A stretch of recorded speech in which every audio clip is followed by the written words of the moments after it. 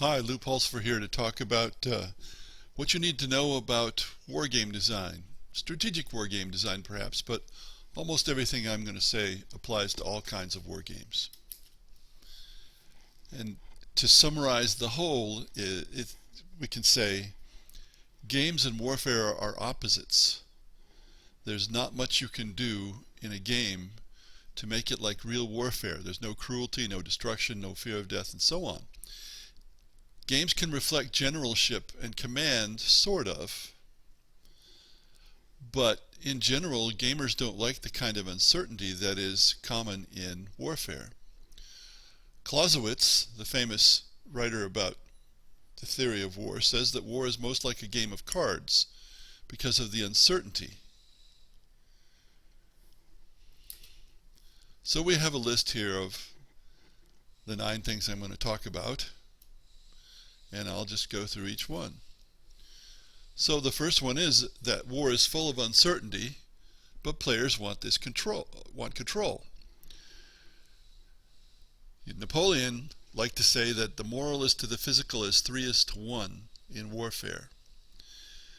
In general, war is a big mess, but that's not what most game players want. Command control alone, one aspect of warfare, is full of chance. Players want an organized, well-defined experience in a game. So every war game is a compromise between the chaotic reality of generalship and the desires of most players to control what happens. And you can't get away from that. War is cruel, war is hell, and we can't reproduce that. There's no way to reproduce it. A game is abstract. War is real. In some sense, war is the most real of all human activities because it so often results in death. So, we can reproduce some of the game-like parts of generalship, but even that isn't going to be anything like real generalship because there's no fear of death. When you're a real general, you're sending people to their deaths, not moving pieces around in a game. In general, there are 3 kinds of war games. I call them war games, battle games, and conquest games.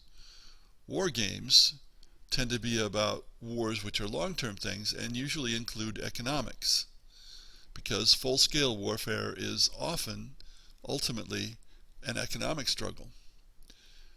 So you have games like Britannia and Diplomacy, which have economics in them.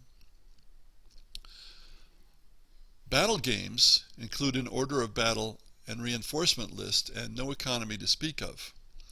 And virtually all games about battles only last a day or a few days, or perhaps, if it's a big World War II battle, a few weeks. Finally, we have conquest games that abandon any connection to reality. They almost always give the advantage to the attacker and put few constraints on the players. Risk is a conquest game. Some people would say Axis and Allies is a conquest game, although you could also argue that it's a war game. Some would even put Diplomacy here. But when you're designing a game, you have to decide which of these 3 kinds of games you're going to design, because you can't really combine them all together. It's one or the other. The closest that I can think of a game that combines 2 together is Axis and Allies as a conquest game, but also with aspects of a war game. And of course, in games we have abstractions. All games are abstractions, but some are more abstract than others.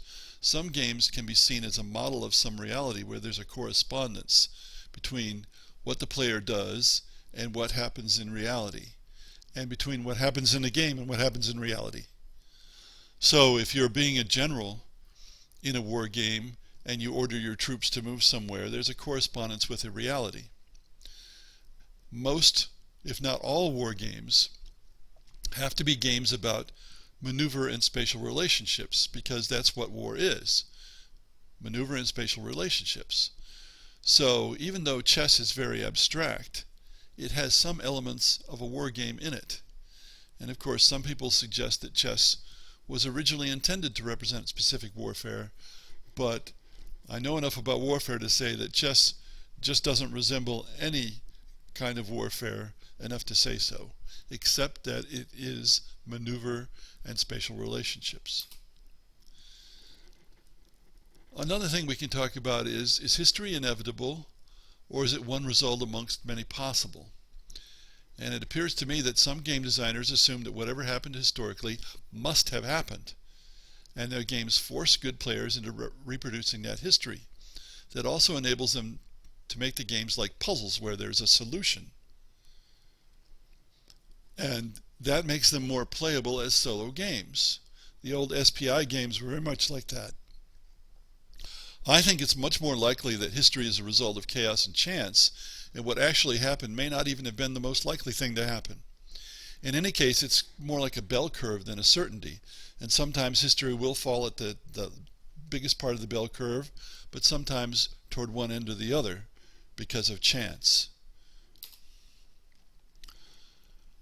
When you're doing war games, don't overdo the research.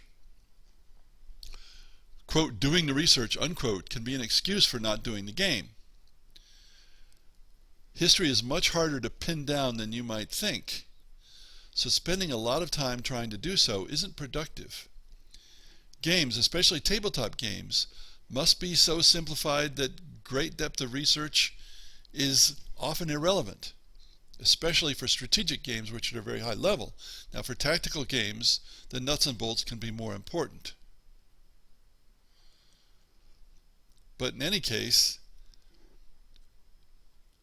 hard data often is not hard, and I have separate screencasts to talk about that, and so trying to pin down the hard data is often a chimera.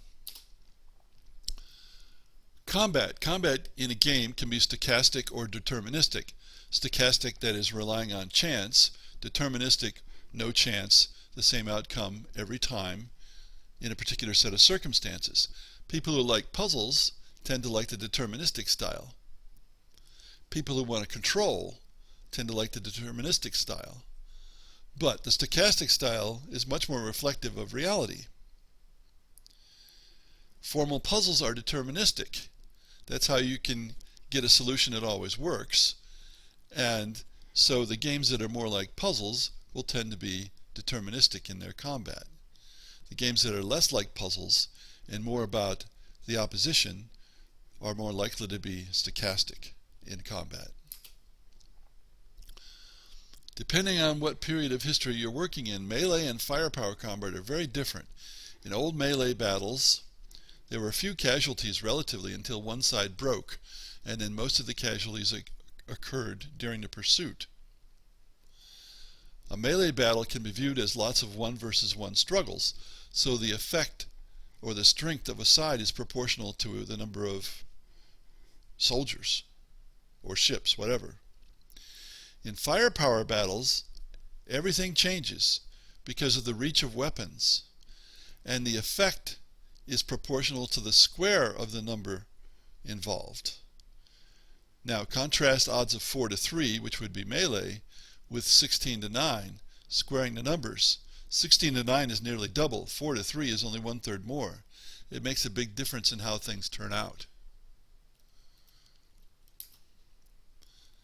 Combat is sport or combat is war. Games and sport are meant to be fair, to be balanced.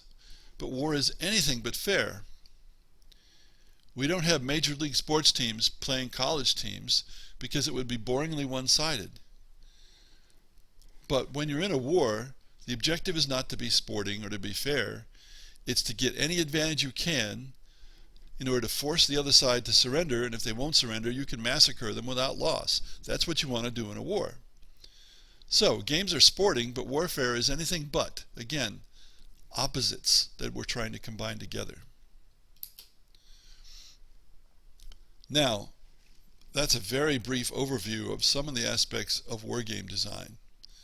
And that is the subject of an online class that I'm going to release in 2016 about strategic wargame design. That'll have about 130 screencasts plus text in it. And for the latest information about it, you can go to my website, pulseforgames.com. Thanks for listening.